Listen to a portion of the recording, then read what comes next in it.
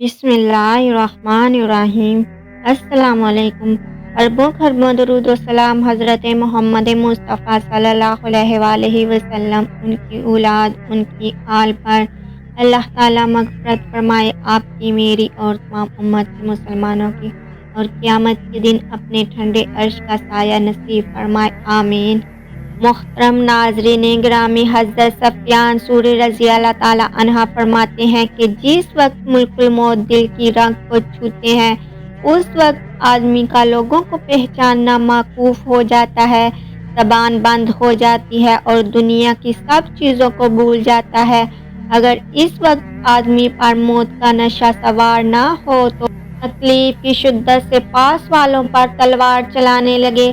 بعض روایات میں آیا ہے کہ جس وقت سانس حلق میں ہوتا ہے، اس وقت شیطان اس کے گمراہ کرنے کی انتہائی کوشش کرتا ہے۔ ایک روایت میں ہے کہ ملک الموت نمازوں کے اوقات میں آدمیوں کی جستجو کرتے ہیں، خبر رکھتے ہیں۔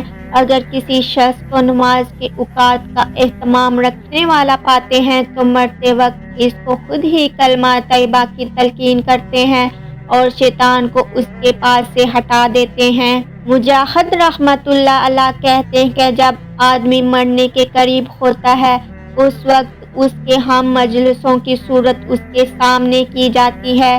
اگر اس کا اٹھنا بیٹھنا نیک لوگوں کے پاس ہوتا ہے تو یہ مجمع سامنے لایا جاتا ہے، اور فاسق و فاجر لوگوں کے پاس ہوتا ہے تو وہ لوگ سامنے لائے جاتے ہیں۔ حضرت یزید بن شجرہ صحابی رضی اللہ تعالیٰ عنہ سے بھی یہ بات نقل کی گئی ہے۔ ربیعہ بن برزہ رحمۃ اللہ علیہ ایک عبادت گزار آدمی بصرہ میں تھے۔ وہ کہتے ہیں کہ ایک شخص مرنے لگا، لوگ اس کو لا الہ الا اللہ کی تلقین کر رہے تھے اور اس کی زبان سے نکل رہا تھا کہ شراب کا گلاس تو بھی پی مجھے بھی پلا، تو بھی پی مجھے بھی پلا۔ اسی طرح آخواز میں ایک شخص کا انتقال ہو رہا تھا، لوگ اس کو لا الہ الا اللہ کہتے اور وہ کہہ رہا تھا 10 روپیہ، 11 12 اس کے بالمقابل جن لوگوں نے مرنے کی تیاریاں کر رکھی تھی، وہ دنیا میں موت کو یاد رکھتے تھے، اس کے لیے کچھ کارنامے کر رکھے تھے۔ ان کے لیے موت ایسی ہی تھی جس کو حضور اقدس صلی اللہ علیہ وآلہ وسلم نے مومن کا تحفہ بتایا ہے۔ حضرت بلال رضی اللہ تعالیٰ عنہ کی جب وفات کا وقت قریب تھا، ان کی بیوی کہہ رہی تھی ہائے افسوس تم جا رہے ہو، اور وہ کہہ رہے تھے کیسے مزے کی بات ہے، کیسے لطف کی بات ہے، کل کو دوستوں سے ملیں گے، حضور اقدس صلی اللہ علیہ وآلہ وسلم سے ملیں گے، ان کے ساتھیوں سے ملیں گے۔ حضرت معاذ رضی اللہ تعالیٰ عنہ کے جب ان کا وقت قریب آیا تو فرمایا اللہ تجھے معلوم ہے کہ میں دنیا میں زیادہ دن رہنا چاہتا تھا، مگر نہ اس وجہ سے کہ مجھے دنیا سے محبت تھی، نہ اس وجہ سے کہ یہاں نہریں اور باغ لگاؤں، بلکہ اس وجہ سے چاہتا تھا کہ گرمیوں کے دوپہر میں روزے کی پیاس کا لطف اٹھاؤں اور دین کے لیے مشقت میں اوقات گزاروں اور تیرے ذکر کے حلقوں میں شریک ہوا کروں۔ حضرت سلمان رضی اللہ تعالیٰ عنہ کا جب انتقال ہونے لگا تو وہ رونے لگے۔ کسی نے کہا رونے کی کیا بات ہے، تم جا کر حضور نبی کریم صلی اللہ علیہ وآلہ وسلم سے ملو گے۔ حضور صلی اللہ علیہ وآلہ وسلم کا وصال اس حال میں ہوا کہ تم سے راضی تھے، فرمانے لگے نہ میں موت کے ڈر سے رو رہا ہوں، نہ دنیا کے چھوٹنے سے، بلکہ میں اس لیے رو رہا ہوں کہ حضور نبی کریم صلی اللہ علیہ وآلہ وسلم نے ہم سے ایک عہد لیا تھا کہ دنیا سے انتفاع ہمارا صرف اتنا ہو جتنا مسافر کا توشہ۔ میں اس عہد کو پورا نہ کر سکا، لیکن جب وصال پر ان کے گھر کا سامان دیکھا تو وہ 10 درہم سے کچھ زائد تھا اور 1 درہم 3 کا ہوتا ہے۔ یہ تھی وہ کل کائنات جس کی زیادتی پر وہ رو رہے تھے۔ اس کے بعد انہوں نے تھوڑا سا مشک منگوایا اور بیوی سے فرمایا کہ اس کو بھگو کر میرے بستر پر چھڑک دو، میرے پاس ایک ایسی جماعت آ رہی ہے جو نہ انسان ہے نہ جن۔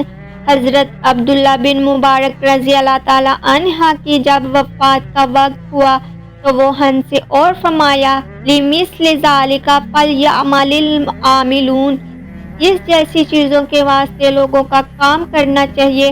وہاں کی کچھ لذتیں فرحتیں سامنے آئی ہوں گی۔ نیز جب ان کی وفات کا وقت تھا تو انہوں نے اپنے غلام سے جس کا نام نصر تھا فرمایا کہ میرا سر زمین پر رکھ دو، اور رونے لگے۔ انہوں نے پوچھا کہ رونے کی کیا بات ہے؟ نصر نے کہا آپ ایسی راحتوں میں زندگی گزارتے تھے، آپ اس طرح فقیروں کی طرح زمین پر سر رکھ کر مر رہے ہیں۔ فرمانے لگے چپ رہ، میں نے حق تعالی شانہ سے دعا کی تھی کہ میری زندگی مالداروں کی سی ہو اور میری موت فقیروں کی۔ عطا بن یسار رحمۃ اللہ علیہ کہتے ہیں ایک شخص کے انتقال کا وقت قریب تھا، شیطان ان کے پاس آیا اور کہنے لگا تو مجھ سے چھوٹ ہی گیا، میرے بس میں نہ آیا۔ وہ فرمانے لگے مجھے تجھ سے اب تک بھی اطمینان نہیں۔ جریر رحمۃ اللہ علیہ کہتے ہیں کہ میں حضرت جنید کے پاس ان کے انتقال کے وقت موجود تھا، وہ قرآن شریف پڑھ رہے تھے۔ کسی نے عرض کی کہ کیا یہ وقت تلاوت کا ہے؟ تو آپ رحمۃ اللہ علیہ فرمانے لگے کہ اس سے زیادہ اچھا وقت تلاوت کا کون سا ہوگا؟ میرا اعمال نامہ اس وقت بند ہو رہا ہے۔ حضرت جنید رحمۃ اللہ علیہ سے کسی نے پوچھا کہ حضرت ابو سعد حجاج رحمۃ اللہ علیہ انتقال کے وقت بہت ہی مزے پر آ رہے تھے، کیا بات تھی؟ تو وہ فرمانے لگے کہ اگر اس وقت اس کی روح اشتیاق میں اڑ جاتی تب بھی بعید نہ تھی۔ حضرت ذوالنون مصری رحمۃ اللہ علیہ سے کسی نے انتقال کے قریب پوچھا کہ کچھ فرمانا ہے، کوئی خواہش ہو تو بتا دے۔ فرمایا صرف یہ خواہش ہے کہ مرنے سے پہلے اس کی معرفت حاصل ہو جائے۔ ایک شخص کہتا ہے کہ میں حضرت ممشاد دینوری رحمۃ اللہ علیہ کے پاس بیٹھا تھا، ایک فقیر آیا اور کہنے لگا یہاں کوئی پاک صاف جگہ ایسی ہے جہاں کوئی مر جائے؟ انہوں نے کہا ایک جگہ اشارہ کیا جہاں پانی کا چشمہ بھی تھا۔ وہ اس کے قریب کیا، وضو کی اور نماز پڑھی، اس کے بعد پاؤں پھیلا کر لیٹ گیا اور مر گیا۔ ابو علی رحمۃ اللہ علیہ رود باری کی ہمشیرہ فاطمہ رحمۃ اللہ علیہ کہتی ہیں کہ جب میرے بھائی کا انتقال ہونے لگا تو ان کا سر میری گود میں تھا، انہوں نے آنکھیں کھولی اور فرمانے لگے کہ آسمان کے دروازے کھل گئے اور جنت مزین کر دی گئی، اور کوئی کہنے والا کہہ رہا ہے کہ ابو علی اگرچہ تم اتنے اونچے درجہ کی خواہش نہ کر رہے تھے مگر ہم نے تمہیں اونچے درجے پر پہنچا دیا۔ پھر انہوں نے 2 شعر پڑھے جن کا ترجمہ یہ ہے کہ تیرے حق کی قسم میں نے کبھی تیرے سوا کسی کی طرح محبت کی نگاہ سے آنکھ اٹھا کر بھی نہیں دیکھا، میں دیکھ رہا ہوں کہ تو مجھے اپنی بیمار آنکھوں سے بے چین کر رہا ہے اور ان رخساروں سے جو حیا کی وجہ سے سرخ ہو گئے ہیں۔ تو دیکھا ناظرین گرامی، انسان جو کام دنیا میں کثرت سے کرتا ہے موت کے وقت بھی اسے وہی کام ہوتا ہے۔ اس لیے ہمیں چاہیے کہ ہمیشہ اچھے اور نیک کام کرے تاکہ اس دنیا سے رخصت ہوتے وقت جب کہ ہمارا نامہ اعمال بند ہو رہا ہوتا ہے تو اس وقت بھی ہمارا خاتمہ کسی اچھے کام سے ہو۔ اللہ رب العزت سے دعا ہے کہ ہمیں برائیوں سے دور رہنے اور اچھے اعمال کرنے کی توفیق عطا فرمائے، آمین یا رب العالمین۔